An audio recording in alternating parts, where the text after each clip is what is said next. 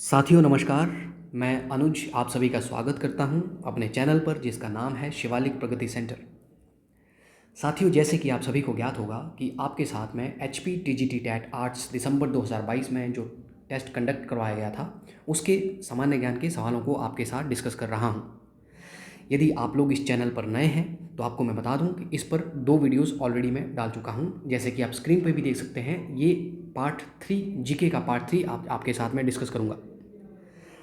साथियों, आपको मैं ये विश्वास दिलाना चाहता हूँ कि जब तक ये प्रश्न पत्र मैं आपके साथ पूरी तरह से सॉल्व करूँगा, सामान्य ज्ञान के जो सवाल हैं उनको पूरी तरह से आपके साथ सॉल्व करूँगा, तब तक तकरीबन 300 से 400 क्वेश्चंस आपके साथ मैं डिस्कस कर चुका हूँगा।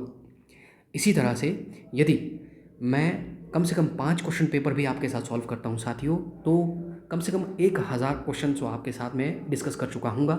इसीलिए आपको कहता रहता हूँ कि यदि आप कॉम्पिटिटिव एग्ज़ाम्स की प्रिपरेशन कर रहे हैं, टैट की प्रिपरेशन कर रहे हैं, वीडियो को पूरा देखा कीजिए और कोशिश करें कि अपने साथ एक नोटबुक साथ रखें ताकि जो सवाल मैं एक्स्ट्रा आपको बताता हूँ उनको भी आप डिस्कस करते चलें, उनको भी आप अपनी कॉपी पे नोट करते चलें।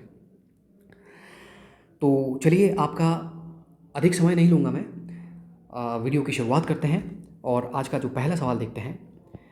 जैसे कि आपको ज्ञात होगा दोस्तों, क्वेश्चन नंबर 90 तक हम डिस्कस कर चुके हैं। क्वेश्चन नंबर 91 है आज। क्वेश्चन नंबर 91 है कि कौन सी जल संधि भारत को श्रीलंका से पृथक करती है? Option A Malacca, option B पाक जल संधि, ऑप्शन सी सुंडा जल संधि, ऑप्शन डी बास जल संधि। और इस सवाल का जो सही जवाब है वो है ऑप्शन बी। पाक जल संधि जो है ये भारत और श्रीलंका के बीच में है। कई बार ये एग्ज़ाम में सवाल पूछा जा चुका है। मलक्का जल संधि जो साथियों, मलक्का जल संधि मलेशिया और इंडोनेशिया के बीच में है, ये भी आपको पूछा जा सकता है। इसके अलावा सुंडा जल संधि जो है ये इंडोनेशिया जो कंट्री है, इंडोनेशिया कंट्री में 3 बड़े बड़े द्वीप हैं। एक द्वीप का नाम है बोर्नियो, एक द्वीप का नाम है सुमात्रा और एक द्वीप का नाम है जावा। तो ये 3 बड़े बड़े द्वीप जो है इंडोनेशिया कंट्री में है। इनमें से ये सुमात्रा और जावा के बीच में जो जलसंधि है उस जलसंधि का नाम है सुंडा जलसंधि। अगर आपको सवाल पूछा जाए कि हिंद महासागर का सबसे गहरा बिंदु बताइए, तो उस सवाल का जवाब होगा सुंडा गर्त। यानी कि सुंडा ट्रेंच जो है ये हिंद महासागर का, इंडियन ओशन जो है उसका डीपेस्ट पॉइंट है, आपको सवाल पूछा जा सकता है। और ये जो बास जलसंधि है दोस्तों, ये ऑस्ट्रेलिया के दक्षिण में एक टापू है, उसका नाम है तस्मानिया। तो ऑस्ट्रेलिया और तस्मानिया के बीच में है बास जलसंधि। एग्ज़ाम में सवाल पूछा जा सकता है। जैसे मैंने अभी आपको बताया कि हिंद महासागर का सबसे गहरा बिंदु कौन सा है, तो आंसर होगा सुंडा गर्त। अगर आपको सवाल पूछा जाए पृथ्वी का सबसे गहरा बिंदु, तो पृथ्वी पर सबसे गहरा बिंदु प्रशांत महासागर में एक गर्त है, एक ट्रेंच है जिसका नाम है मैरियाना ट्रेंच। पूछा जा सकता है कि मैरियाना ट्रेंच या मैरियाना गर्त जो है ये किस महासागर में है, तो मैरियाना गर्त प्रशांत महासागर में है। और आपको ज्ञात होगा प्रशांत महासागर, जितने भी महासागर हैं उनमें से सबसे गहरा महासागर जो है वो प्रशांत महासागर है। सबसे गहरा और सबसे बड़ा महासागर प्रशांत महासागर है। तो प्रशांत महासागर में ही है मैरियाना गर्त, जो कि पृथ्वी का सबसे गहरा बिंदु है। डीपेस्ट पॉइंट जो है अर्थ पे मैरियाना गर्त पे ही एक चैलेंजर ट्रेंच है दोस्तों। तो उसको पृथ्वी पे सबसे गहरा बिंदु कहा जाता है, या फिर हम कह सकते हैं मैरियाना गर्त पृथ्वी पर सबसे गहरा बिंदु है। नेक्स्ट क्वेश्चन देखें, क्वेश्चन नंबर 92।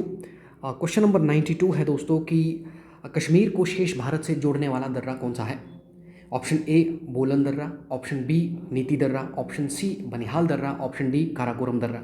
इस सवाल का जो सही जवाब है वो है ऑप्शन सी, बनिहाल दर्रा जो है कश्मीर को शेष भारत से जोड़ने वाला दर्रा है। जम्मू एंड कश्मीर में कुछ जो फेमस दर्रे हैं दोस्तों, जो आप एग्ज़ाम में आपको पूछे जा सकते हैं, जैसे बनिहाल दर्रा जम्मू कश्मीर में है, काराकोरम दर्रा जम्मू कश्मीर में है, ये जो लद्दाख और जो तिब्बत वाली जो साइड है वहाँ पे है काराकोरम दर्रा। और इसके अलावा जोजिला पास या जोजिला दर्रा आपको पूछा जा सकता है, ये भी जम्मू कश्मीर में है। बोलन दर्रा जो है ये पाकिस्तान के बलूचिस्तान वाले एरिया में है। नीति दर्रा ये उत्तराखंड में है। उत्तराखंड में एक और बहुत इंपॉर्टेंट दर्रा है जिसका नाम है लिपुलेख, एग्ज़ाम में पूछा जा सकता है। लिपुलेख दर्रा उत्तराखंड में है साथियों। इसके अलावा आपको हिमाचल प्रदेश के कुछ दर्रे आपको पूछे जा सकते हैं, जैसे हिमाचल प्रदेश में लाहौल स्पीति में बारालाचा दर्रा है, रोहतांग दर्रा है। इस तरह से एग्ज़ाम में दर्रों से आपको क्वेश्चन पूछे जा सकते हैं, तो आप ये टॉपिक को अच्छी तरह से प्रिपेयर करके एग्ज़ाम में जाइए। नेक्स्ट क्वेश्चन है क्वेश्चन नंबर 93, और क्वेश्चन नंबर 93 है कि कर्क रेखा निम्न में से किस राज्य से होकर के गुजरती है। ऑप्शन ए है हिमाचल प्रदेश, ऑप्शन बी है महाराष्ट्र, ऑप्शन सी है ओडिशा, ऑप्शन डी है राजस्थान। तो इस सवाल का जो सही जवाब है वो है ऑप्शन सी। कर्क रेखा निम्न में से ये जो 4 राज्य दिए हुए हैं इसमें महाराष्ट्र से गुजरती है। आपको एग्जाम में सवाल पूछा जा सकता है कि कर्क रेखा जो है, कर्क रेखा कितने डिग्री अक्षांश पर खींची गई है। देखिए, आपको यदि ज्योग्राफी का ज्ञान नहीं है तो मैं आपको बता दूं, ये मान लीजिए ये हमारी पृथ्वी है, तो पृथ्वी के बीचों बीच एक रेखा हमने खींची हुई है, उसको हम कहते हैं भूमध्य रेखा। भूमध्य रेखा, जिसको हम भूमध्य रेखा या विषुवत रेखा या फिर 0 डिग्री अक्षांश रेखा भी कहते हैं। इसके 23.5 डिग्री उत्तर में एक रेखा खींची हुई है, इस रेखा का नाम है कर्क रेखा। और इसके 23.5 डिग्री दक्षिण में, यानी कि 23.5, 23.5 डिग्री दक्षिण में एक रेखा खींची गई है जिस रेखा का नाम है मकर रेखा। इन 3 रेखाओं में से भारत से एक ही रेखा गुजरती है जिस रेखा का नाम है कर्क रेखा। एग्जाम में सवाल पूछा जा सकता है कि कर्क रेखा भारत में कितने राज्यों से गुजरती है। तो कर्क रेखा भारत में 8 राज्यों से गुजरती है, लेकिन यहाँ पे आपको सवाल पूछा है कि निम्न में से कर्क रेखा भारत के किस राज्य से गुजरती है। जो 8 राज्य हैं दोस्तों, एक राज्य है गुजरात, दूसरा राज्य है राजस्थान, तीसरा जो राज्य है वो है मध्य प्रदेश, उसके बाद छत्तीसगढ़ हो गया, उसके बाद झारखंड हो गया, इसके अलावा त्रिपुरा हो गया, पश्चिम बंगाल हो गया और मिजोरम। तो ये 8 राज्य जो हैं, इन 8 राज्यों से होकर के कर्क रेखा गुजरती है। कई बार एग्जाम में से सवाल पूछा गया है। तो नेक्स्ट क्वेश्चन देखते हैं दोस्तों, क्वेश्चन नंबर 93 हो गया। क्वेश्चन नंबर 94 देखें।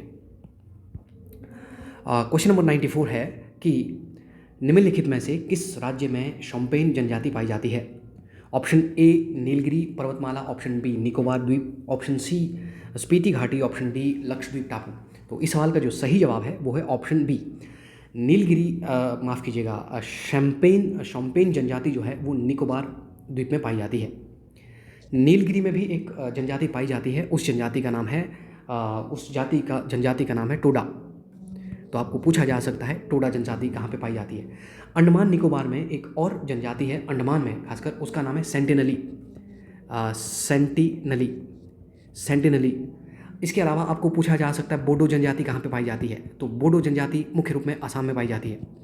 भारत में बहुत सारी जनजातियाँ हैं दोस्तों, आपको जानकारी होनी चाहिए कि कौन सी जनजाति कहाँ पर है। एग्जाम में सवाल पूछे जा सकते हैं। जैसे भारत की मुख्य जनजातियाँ जो हैं, जैसे भील हो गया, संथाल हो गया, गोंड हो गया, मुंडा हो गया। मुंडा जैसे बिरसा मुंडा का अगर आपने नाम सुना हो, झारखंड से उनका संबंध है। इस तरह से आपको एग्जाम में सवाल पूछे जा सकते हैं। हिमाचल प्रदेश में जैसे गद्दी हो गया, गुज्जर हो गया। तो इस तरह से जनजातियों वाला जो टॉपिक है उसको भी एग्जाम में जाने से पहले अच्छे से तैयार करिएगा। क्वेश्चन नंबर 95 है, जिला परिषद पंचायती राज प्रणाली का डैश डैश स्तर है। ऑप्शन ए पहला, ऑप्शन बी दूसरा, ऑप्शन सी तीसरा, ऑप्शन डी उपरोक्त में से कोई भी नहीं। देखिए, जो पंचायती राज सिस्टम है दोस्तों, इसमें हम जो पंचायती राज सिस्टम को फॉलो करते हैं, 3 स्तर हैं इसमें। पहला जो स्तर है उसमें आती है पंचायत, और दूसरा जो स्तर है दोस्तों उसमें आती है पंचायत समिति, और तीसरा जो स्तर है उसमें आती है ज़िला परिषद। तो ज़िला परिषद पंचायती राज का तीसरा स्तर है। और मैं कल भी आपके साथ डिस्कस किया था, भारत के संविधान का 73वां जो संशोधन है, अगर आपको ध्यान हो, 73वां संशोधन पंचायती राज से जुड़ा हुआ है, जिसको कि 1992 में 1992 में भारत के संविधान में जोड़ा गया। नेक्स्ट क्वेश्चन देखें, क्वेश्चन नंबर 96 है, निम्न में से कौन सा चरमपंथी नेता था। Option A Aurobindo Ghosh, option B Dadabhai Naoroji, option C Umesh Chandra Banerjee. हो सकता है ये भी उमेश चंद्र बनर्जी हो, पर फिर भी हम इसको उमेश चंद्र बनर्जी ही पढ़ेंगे। और ऑप्शन डी है दोस्तों फिरोज शाह मेहता।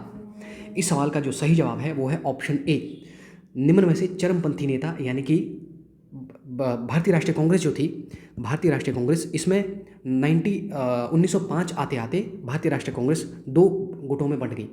एक में थे नरमपंथी, दूसरे में थे चरमपंथी। चरमपंथी नेता जो हैं इनको हम गरमपंथी भी कह सकते हैं, गरम दल के नेता। तो गरम दल के जो नेता थे उनमें से जो बहुत प्रसिद्ध नेता थे वो लाल बाल और पाल, ये 3 नेता चरमपंथी नेताओं का गुट है। लाल मतलब लाला लाजपत राय, बाल मतलब बाल गंगाधर तिलक, पाल मतलब विपिन चंद्र पाल। इसके अलावा चरमपंथी नेताओं में एक और बहुत फेमस नेता है, उसका नाम है अरविंदो घोष। अरविंदो घोष। लाला लाजपत राय को पंजाब का शेर कहते हैं।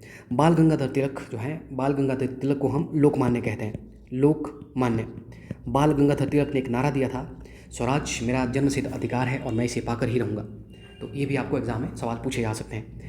ऑप्शन बी को अगर ध्यान से देखें दोस्तों, ऑप्शन बी है दादा भाई नौरोजी। दादा भाई नौरोजी, जैसे मैंने भी आपको बताया कि माफ़ कीजिएगा, बाल गंगाधर तिलक को लोकमान्य कहते हैं, उसी तरह से दादा भाई नौरोजी को भारत का वयोवृद्ध पुरुष कहते हैं, यानी कि grand old man of India.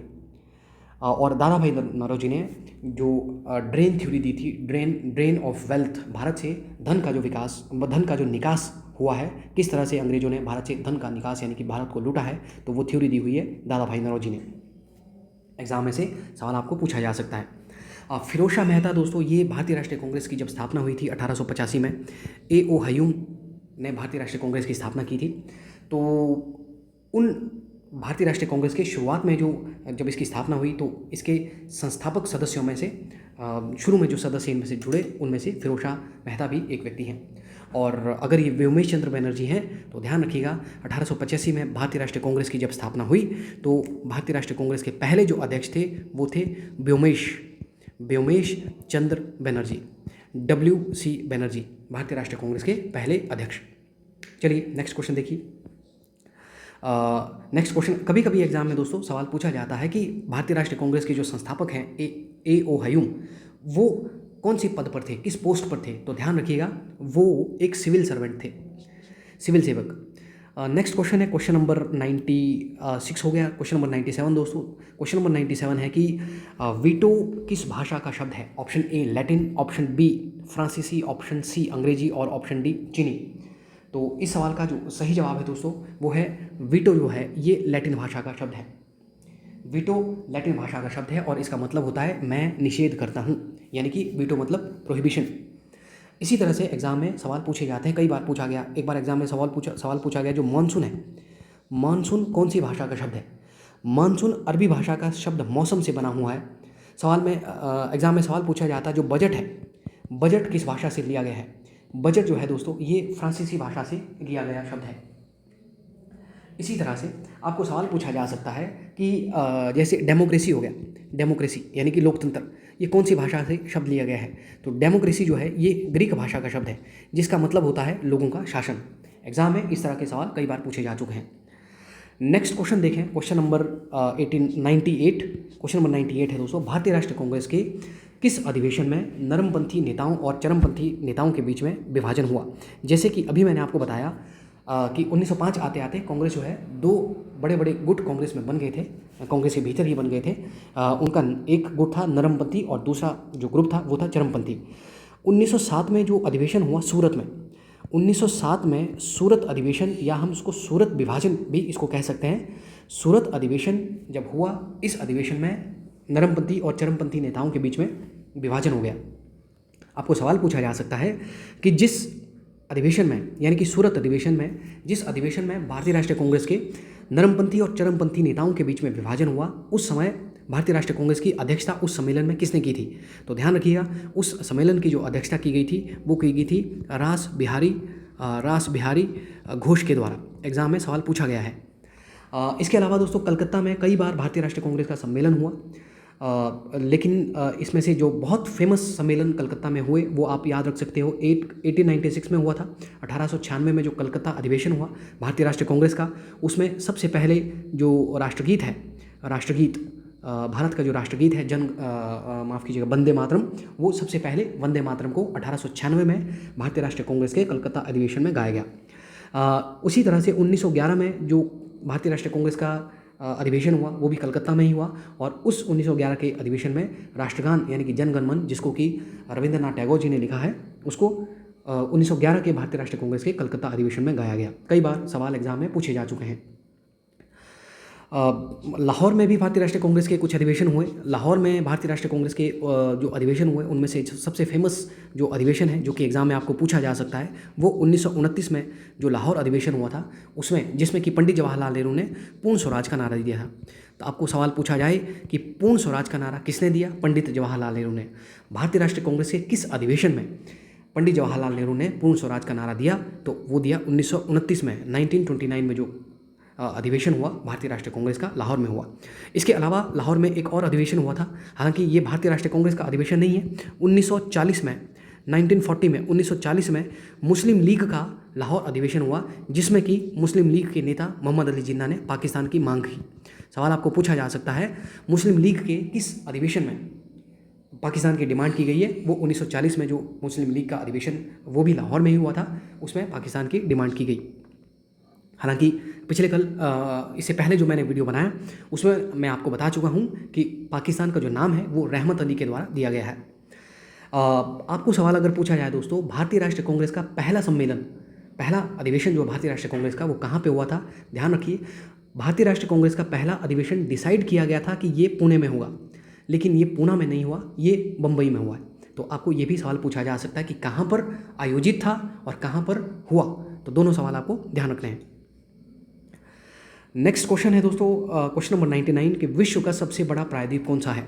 Option A. देखिए दोस्तों, अगर आप टेट के एग्ज़ाम की प्रिपरेशन कर रहे हैं तो उसमें आप एक बात मान कर चलिएगा कि आप विश्व में सबसे बड़ा, विश्व में सबसे पहला, भारत में सबसे बड़ा, सबसे ऊंचा, सबसे पहला, इस तरह के सवालों को आप ज़रूर तैयार कीजिए। डेज में से सवाल पूछे जाते हैं, अक्सर पूछे जाते हैं, पुस्तकों में से, किताबों में से सवाल अक्सर पूछे जाते हैं, तो आपको ये जानकारी होनी चाहिए। तो विश्व का सबसे बड़ा प्रायद्वीप आपको पूछा गया है। Option A Bharat, option B अरब प्रायद्वीप, option C Greenland, option D Qatar. तो विश्व का सबसे बड़ा जो प्रायद्वीप है वो है ऑप्शन बी अरब प्रायद्वीप, विश्व का सबसे बड़ा प्रायद्वीप है। देखिए दोस्तों, जो प्रायद्वीप होता है, प्रायद्वीप वो एरिया होता है जिसमें कि तीन तरफ को पानी, यानी कि तीन तरफ को समुद्र है और एक तरफ को ज़मीन है।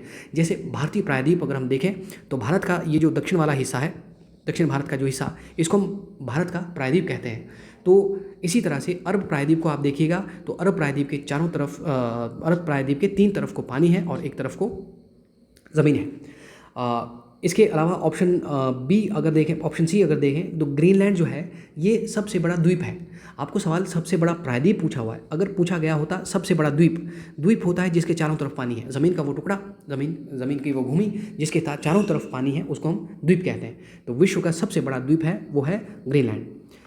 नेक्स्ट क्वेश्चन देखें, क्वेश्चन नंबर 100। अशोक ने किस बौद्ध भिक्षु से बौद्ध धर्म की दीक्षा ग्रहण की? Option A Brahmagupta, option B Devagupta, option C Shashigupta, option D Upagupta. तो इस सवाल का जो सही जवाब है दोस्तों वो है ऑप्शन डी। अशोक ने बौद्ध धर्म की जो दीक्षा ली है वो है उपगुप्त से ली हुई है। इसी तरह से अशोक के जो दादा थे चंद्रगुप्त, मैंने पहले भी आपको बताया था, चंद्रगुप्त जो है ये जैन धर्म को मानते थे। अपने जीवन के अंतिम दिनों में चंद्रगुप्त ने जैन धर्म को धारण किया। और जैसे कि अशोक बौद्ध धर्म को मानता था, तो चंद्रगुप्त मौर्य जो है, चंद्रगुप्त मौर्य जिसने कि मौर्य साम्राज्य की स्थापना की, वो जैन धर्म को मानता। तो चंद्रगुप्त मौर्य को जैन धर्म की जो दीक्षा दी थी वो दी थी भद्रबाहु ने, भद्रबाहु। जिस तरह से अशोक को बौद्ध धर्म की जो दीक्षा दी थी वो दी थी उपगुप्त ने, ऑप्शन डी। और अशोक ने, आपको ध्यान हो, अशोक ने अपने बेटे महेंद्र और अपनी बेटी संघमित्रा को बौद्ध धर्म का प्रचार करने के लिए श्रीलंका भेज दिया था। क्वेश्चन नंबर 101, 101 नंबर पे जो क्वेश्चन है दोस्तों, क्वेश्चन है कि भारत छोड़ो आंदोलन कहाँ से प्रारंभ हुआ था? ऑप्शन ए है दिल्ली, ऑप्शन बी है कलकत्ता, ऑप्शन सी है नागपुर और ऑप्शन डी है बम्बई। तो भारत छोड़ो आंदोलन की जो शुरुआत है वो है बम्बई से, यानी कि ऑप्शन डी बम्बई से हुई थी। भारत छोड़ो आंदोलन दोस्तों 1942 में हुआ है। महात्मा गांधी ने करो या मरो का जो नारा दिया था, करो या मरो का नारा महात्मा गांधी ने, आपको पूछा जा सकता है किस आंदोलन में दिया? तो ये आंदोलन, ये जो नारा महात्मा गांधी ने दिया ये भारत छोड़ो आंदोलन में ही दिया और वो 1942 में हुआ। भारत छोड़ो आंदोलन को, क्योंकि ये अगस्त के महीने में हुआ था, तो इसलिए इसको अगस्त आंदोलन या अगस्त क्रांति के नाम से भी जाना जाता है। This is again very important. तो चलिए क्वेश्चन नंबर 102 देखें। क्वेश्चन नंबर 102 है दोस्तों कि क्वेश्चन नंबर 102 है कि राष्ट्रीय न्यायिक नियुक्ति आयोग का गठन किस संवैधानिक संशोधन के द्वारा किया गया? तो संवैधानिक संशोधन, कुछ इंपॉर्टेंट संवैधानिक संशोधन आपको मालूम होने चाहिए। कुछ कल मैंने आपके पिछला वीडियो मैंने जब बनाया था तो उसमें मैंने कुछ संवैधानिक संशोधन के साथ संवैधानिक संशोधन का जिक्र आपके साथ किया था, जिसमें सबसे बहुत ज़्यादा इंपॉर्टेंट 73वां संवैधानिक संशोधन, 74वां संवैधानिक संशोधन, 61वां संवैधानिक संशोधन, इस तरह के कुछ आपके साथ एग्जाम में जो सवाल पूछे जाते हैं उनको आपके साथ डिस्कस किया था। 42वां संवैधानिक संशोधन, 44वां संवैधानिक संशोधन, तो आप देख सकते हैं यहाँ पर भी उसी तरह का क्वेश्चन पूछा गया है। तो राष्ट्रीय न्यायिक नियुक्ति आयोग का गठन जो है वो ऑप्शन ए 99वां संवैधानिक संशोधन, 58वां संवैधानिक संशोधन, 57वां संवैधानिक संशोधन या फिर 100वां संवैधानिक संशोधन।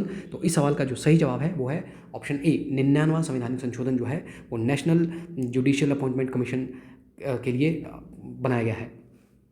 इसी तरह से आपको सवाल पूछा जा सकता है कि जो 101 नंबर पे जो संवैधानिक संशोधन हुआ था, कुल मिलाकर के अब तक भारत में 104 संवैधानिक संशोधन हुए।